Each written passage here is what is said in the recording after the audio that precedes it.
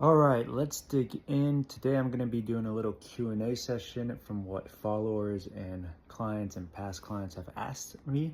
For anyone that doesn't know me, I'm Chris, the CEO of Data Engineer Academy, the founder, and yeah, let's just see if I can answer some questions and provide some value. Okay, let's see. Question number one. What inspired me to start Data Engineer Academy? I just thought there was a gap in the market. I just thought the advice I was seeing on Reddit was really, really bad. By the way, pro business tip, if you want to start a business, Reddit is highly, highly underrated to get into the mind of the users. Um, you know, your customer is telling you what they want. So just go on Reddit and check it out. So, um, what sets Data Engineer Academy apart from other educational platforms? I don't know if it's the content as much, if I'm being quite honest. I think what separates us is two things. Number one, we do a lot of one-on-one support, so we're more of a luxury item if you want to think about it that way. And number two, we work with you until you get a job. Plain and simple, right? Like, I think learning is great, but learning doesn't mean anything if you don't get a job, right? Because then you don't get the ROI on your investment. That's one of my biggest problems with college. It's you might end up paying 200 grand and then not get a role, right? Not get a job, not get a return on your investment. So something to think about there. How do you stay ahead of technological changes in data engineering? That's a great question. A ton of reading. And so that's one of the things that as a founder, I am always trying to carve out time to stay ahead of trends. I think talking to people, reading, researching, trying new things like opening up, buying products and opening up free trials is a great way to kind of, get your hands dirty and play with the tools. And then, if I find it useful, then it's like, okay, not only is this something new in data engineering, but I also found it useful myself, which means it probably has a high chance of being a very important tool in the future. So let's see. Can you share some success stories from your students?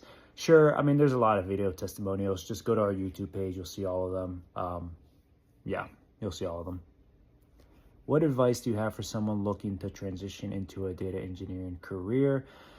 I mean, it's the same advice I would give anybody doing anything, to be honest. Persevere. It's not going to be easy, but, neither is change and neither is growth. So persevere and, make sure that whatever course or module or mentor you decide to follow, just stick with it. Stick with it. It's up to you.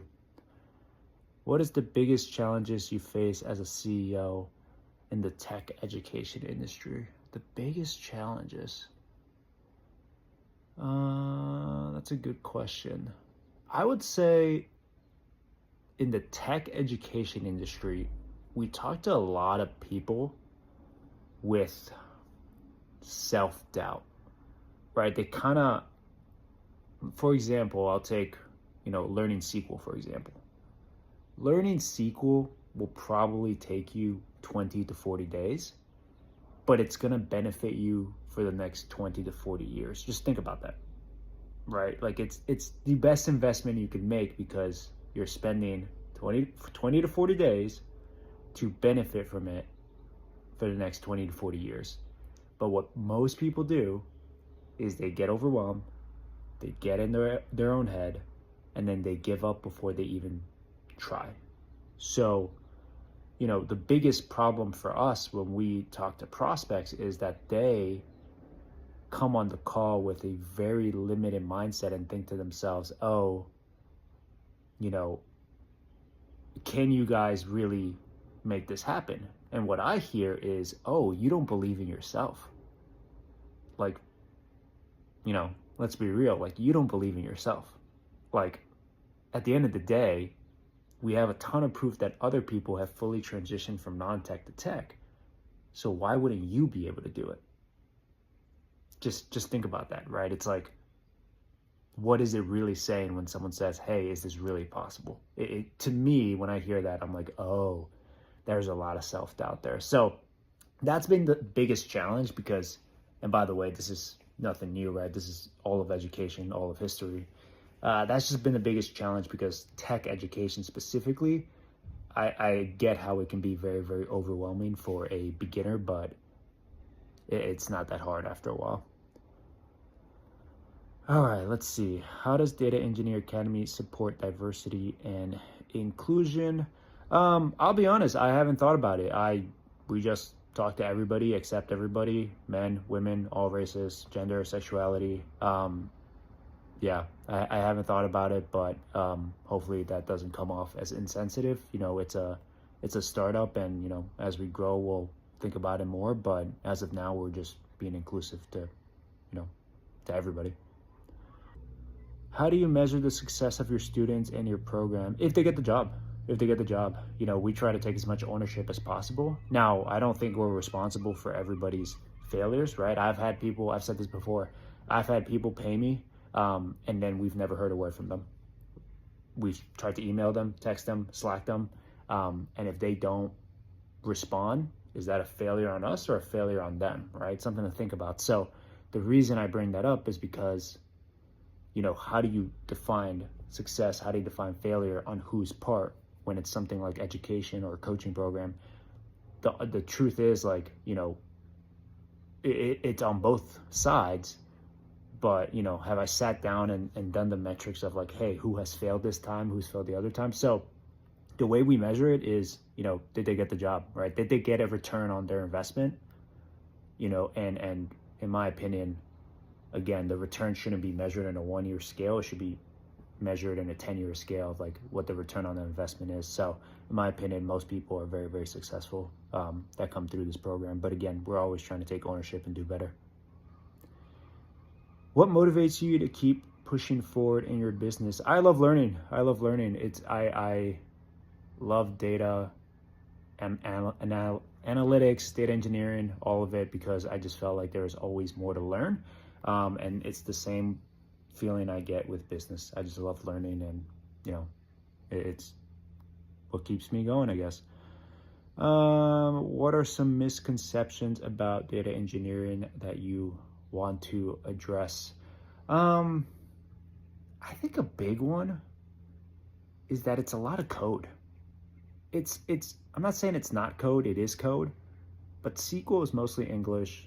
Python, yes, it's code, and then there's other things like Terraform, and when you go into more technical verticals of data engineering that do involve code, but it's also not as much code as software engineering. So it's a lot more conceptual knowledge, if that makes sense. It's almost like an architecture, building a blueprint of a house. It's you have to be good, don't get me wrong, but it's not that much code. And I think specifically full transitioners, the newbies, they get very discouraged when they realize it's in tech because they think it's a lot of code. It is, but there's things out there with more code. So how has your background influenced your approach to running Data Engineer Academy? In what way specifically? I'll answer that in two parts. Number one, I was a data analyst, I was a data engineer, so I get the customer problem, and I'm basically trying to, scratch my own itch. I'm basically trying to solve my own problem because I know that other people are probably having the same. And then in terms of background, leadership style, that's a good one. I think I'm still getting better. Let's put it that way.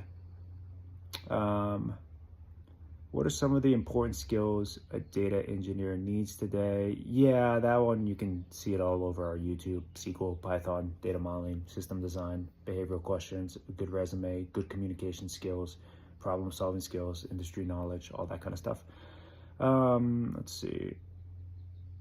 How do you ensure your courses remain relevant in such a fast-paced industry? Investing in the business, investing in your people, in your business, and making sure that the clients and the students get get their money's worth. What role does community play in Data Engineer Academy? It's a good question. It's a big one.